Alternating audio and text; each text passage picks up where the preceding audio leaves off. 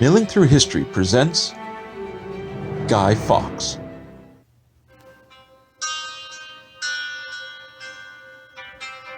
Remember the 5th of November. Gunpowder, treason, and plot.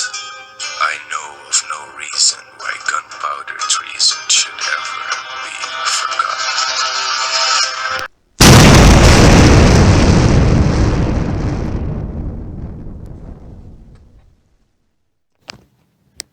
Or should it be? The 5th of November is famously known as Guy Fawkes Day, and yet his legacy is one which has over the years been associated with fighting against tyranny and injustice. But the truth behind Guy Fawkes is not as straightforward as most people think. It is believed he was born April 13th, 1570, and that during his childhood he would become a Catholic. At the time, Protestantism in England was on the rise, and if you were a known Catholic, persecution was to be expected. How Fawkes became a Catholic is believed to have occurred when his mother had remarried and his stepfather was a great influence upon him, converting him to Catholicism and thus setting him down the path towards his eventual rebellion. And historians debate whether or not it was his stepfather or his mother, as both sides of the family did have a large number of Catholic ties attached to them.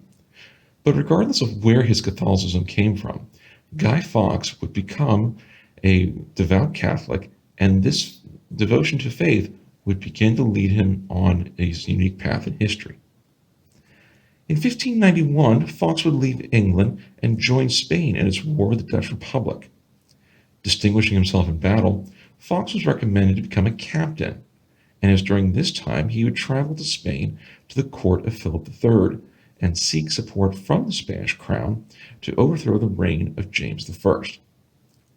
While he was politely received by Philip III of Spain, the nation decided it would not go ahead and back any attacks on England. Instead, Fawkes would return home, and it's at this time that the plot would begin to unfold. In 1604, Guy Fawkes would become involved with a group of English Catholics led by Robert Catesby. Their earliest plans had been made to go ahead and use gunpowder specifically for the assassination of King James I. However, how they were going to successfully assassinate him was still up for debate. Their plan had been to replace James with his daughter on the throne, and with her reign, Catholicism would return to England. However, finding a way to use gunpowder to blow the king up is not exactly as easy as it seems. What Fawkes and his fellow conspirators needed to do was gain access to a house in London. They were successful in doing so and decided that they would dig a tunnel underneath the House of Lords in Parliament. Once this was done, they could then place the gunpowder inside the end of the tunnel, and when they knew the king was there, they could detonate it. Attempts to find this supposed tunnel that Fawkes claimed was being worked on has failed dramatically throughout England. Historians have searched every single part of London that was closest to Parliament with zero success. As such, it is believed that maybe this was an exaggeration on the part of Fawkes and his fellow conspirators. What they were able to do, however, was lease a room under the House of Lords, which ended up being ideal for their gunpowder. The reason for this is because it was a pre-built structure that most people have forgotten about, and with its proximity to the actual Lord's chamber, no one would realize exactly what was going on until it was too late.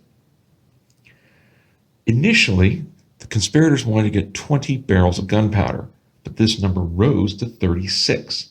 And as such, the explosion would be large enough to not only take out all the members of the House of Lords and the king, but a very large section of the Parliament building itself. What should have been a summer opening for Parliament ended up being delayed to November the 5th due to the rise of plague in London. Giving the plotters extra time, they had to consider the prospect that when detonating their gunpowder, fellow Catholics could also get injured during this attempted assassination. And as such, they began to send anonymous warnings to the Catholic members of Parliament to stay away from the building. One of these Catholic members, Lord Monteagle, passed on word of the warning to King James. Realizing that there might be an issue, James would order patrols to go around the building, and in searching one of the cellars below Parliament, Fawkes was discovered leaving the rented room with the gunpowder in it and was arrested. This timely arrest exposed the entire Gunpowder Plot and brought the whole assassination attempt to a screeching halt.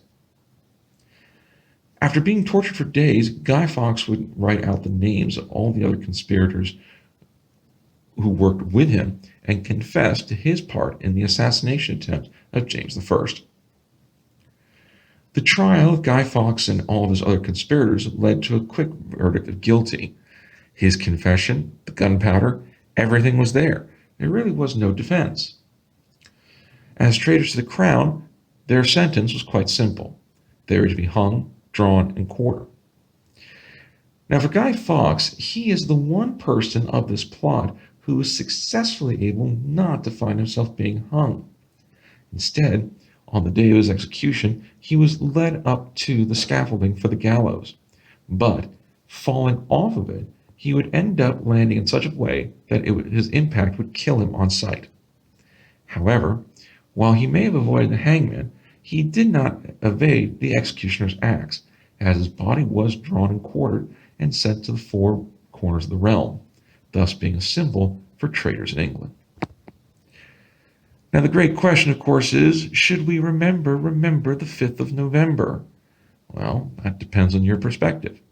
In some ways, it is a good thing to remember, mainly because history is important to remember. But then again, do you really want to remember a man who failed in his attempts to assassinate a king and ended up ratting everybody out? Is Guy Fawkes really a great symbol of fighting oppression? That's for you to decide on this 5th of November. For more information, please consider these suggested titles.